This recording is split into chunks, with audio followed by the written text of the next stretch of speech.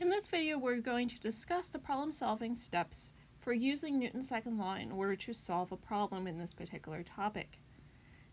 The process for solving a problem is a little bit different than we discussed in the prior unit, where in the prior unit, you were reading the problem, identifying the knowns and what you were looking for, and then looking for an equation that matched that. Here, there is no list of equations. The only equation you have is force equals mass times acceleration. So we have a process so that we can identify the forces acting in the system, and then you can set those forces equal to mass times acceleration, similar to the component method where you have a of x plus b of x equals r of x. So we have a process we go through in order to be able to do this. If you don't do this process, you will not have an equation to plug numbers in.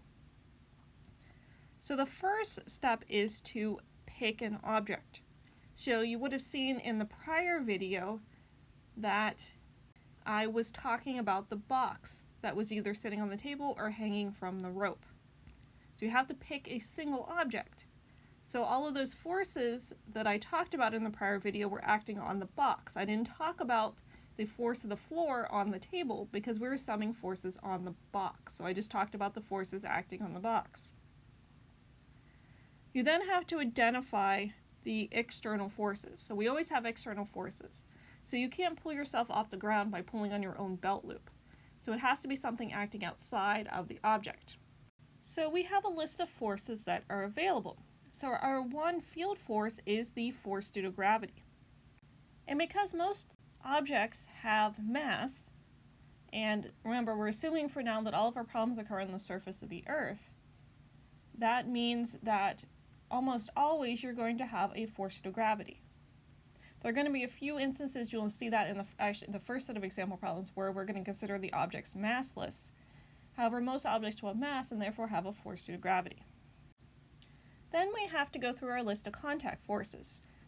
So is there a force normal? Is the object sitting on the ground or a table where there's a surface pushing up, or is the object up against a wall where there's a force normal from the wall, or up against the ceiling where there's a force normal from the ceiling? So what type of surfaces is the object in contact with? Then you have to talk about a force due to tension. Is the object suspended from a string or being pulled by a rope? Then you would have a force due to tension. You might have a force push or force applied where somebody is pushing on the object or pulling up on the object. So you have to look for, is anybody actually touching the object? And the last one is one we haven't talked about yet, and that's the force due to friction. We'll discuss that a little bit later on in this particular topic. These are not the only possible forces, but the ones we're going to deal with in this particular topic. We'll talk about more later on in the semester. So Newton's second law is going to be a theme throughout the rest of the semester. You're then going to draw the Freebody diagram, which is the same thing as drawing your vector arrows for the component method. This is going to allow you to indicate the direction. So is it negative or positive x? Is it negative or positive y? Or is it some combination of both, where you need to split the force into an x and y component like we did for the component method? You're then going to apply Newton's second law. So you're going to write your equation in the x direction, write your equation in the y direction. This is the part where you actually end up with an equation that you can plug numbers into and solve for your unknown. So you saw me do that in the prior video where I said force of tension minus the force of gravity equals mass times acceleration in the y. I was applying Newton's second law in the y direction. And if you would have been given some numbers, you could have then plugged in numbers and found, say, the force due to tension.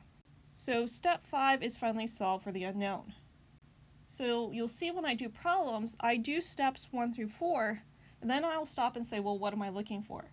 And then I'll see that what I'm looking for is in my Newton's second law in the x or Newton's second law in the y direction equation, and I can go through the process of actually solving that. But until I do steps 1 through 4, the problem looks impossible because I have no way of plugging my information I'm given into an equation.